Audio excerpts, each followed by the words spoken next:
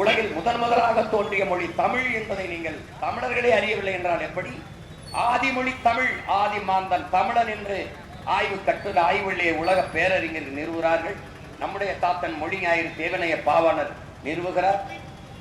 பல்வேறு வேற்றுமொழி அறிஞர்கள் கூட ஆதிமொழி தமிழ் என்று சொல்கிறார்கள். நம் நாட்டின் பிரதம அமைச்சர் ஐயா மோடி வெளிநாட்டுக்கு செல்லும் போதெல்லாம் உலக மொழிகளின் மூத்த மொழி தமிழ் என் நாட்டில் இருப்பது பெருமை என்கிறார்.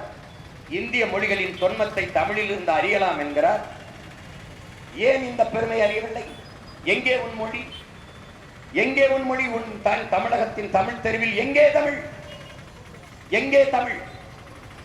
உன் தாய்மொழி எங்கே? உன் நாக்கில் இருக்குதா? உன் நாட்டில் இருக்குதா? உன் ஏட்டில் இருக்குதா? வழிபாட்டில் இருக்குதா? வழக்காடு மன்றத்தில் இருக்குதா? இல்ல பள்ளி கல்லூரிகளில் பயிற்சி மொழியாக இருக்குதா? குறைஞ்சபட்சம் பாடமொழியாகவாது இருக்குதா? எங்கே இருக்கிறது உன் தாய்மொழி தமிழ்? எங்கே இருக்கிறது? தாய்மொழியை விட்டு வெளியேறிய ஒரு இனம், தன் வரலாற்றை மறந்து வெளியேறிய இனம் வாழ்ந்ததாக வரலாற்றில் எங்காவது செய்தி உண்டா?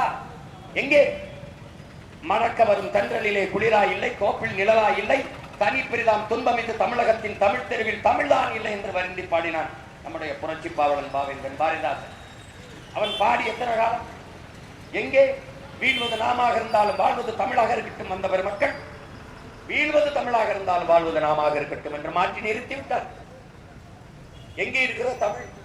அறிவு சமூகத்தை திரும்பிப்பார். இந்த கடைகளில் ஏதாவது விளம்பர பலகையில் உன் தாய்மொழி இருக்குதா என்று பார். அங்கே பார், அந்த கடையில் ஸ்வீட் பேக்கரியே அப்படியே தமிழ் எழுத்திலே ஆங்கில உச்சரிப்பை எழுதிவிட்டிருக்கிறார். ஆங்கிலத்தை தமிழிலே. அங்கே ஆண்டாள் ஸ்வீட் ஸ்டால் என்றால் ஆண்டாள் ஸ்வீட் ஸ்டால், ஒரு இனிப்பகம் என்று இல்லை.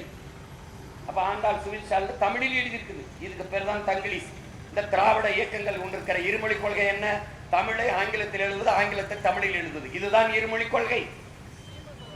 உன் அன்னை தமிழை அடித்து ஒழித்த அயோக்கியர்கள் இந்த ஆட்சியாளர்கள். தாய்மொழி மீட்சி வராமல் தமிழன் எப்படி எழுச்சி வர முடியும்? தமிழன் எழுச்சி வர வேண்டுமானால் தமிழன் ஆட்சி மலர வேண்டும். அதுதான் முக்கியம். இங்கே நீ என்ன செய்யணும் என்று தெரியாமல் உன் தாய்மொழி அடித்து செலுத்திக் கொண்டிருக்கிறார். தமிழோடு சமஸ்கிருதம் கலந்து கன்னடம், தமிழோடு தெலுங்கு, சமஸ்கிருதம் கலந்த தெலுங்கு, தமிழோடு சமஸ்கிருதம் கலந்து மலையாளம், தமிழோடு சமஸ்கிருதம் கலந்து துளு, இப்ப தமிழோடு ஆங்கிலம் கலந்து தமிங்கிலர்கள். இது தமிங்கிலம், தமிங்கில நாடு.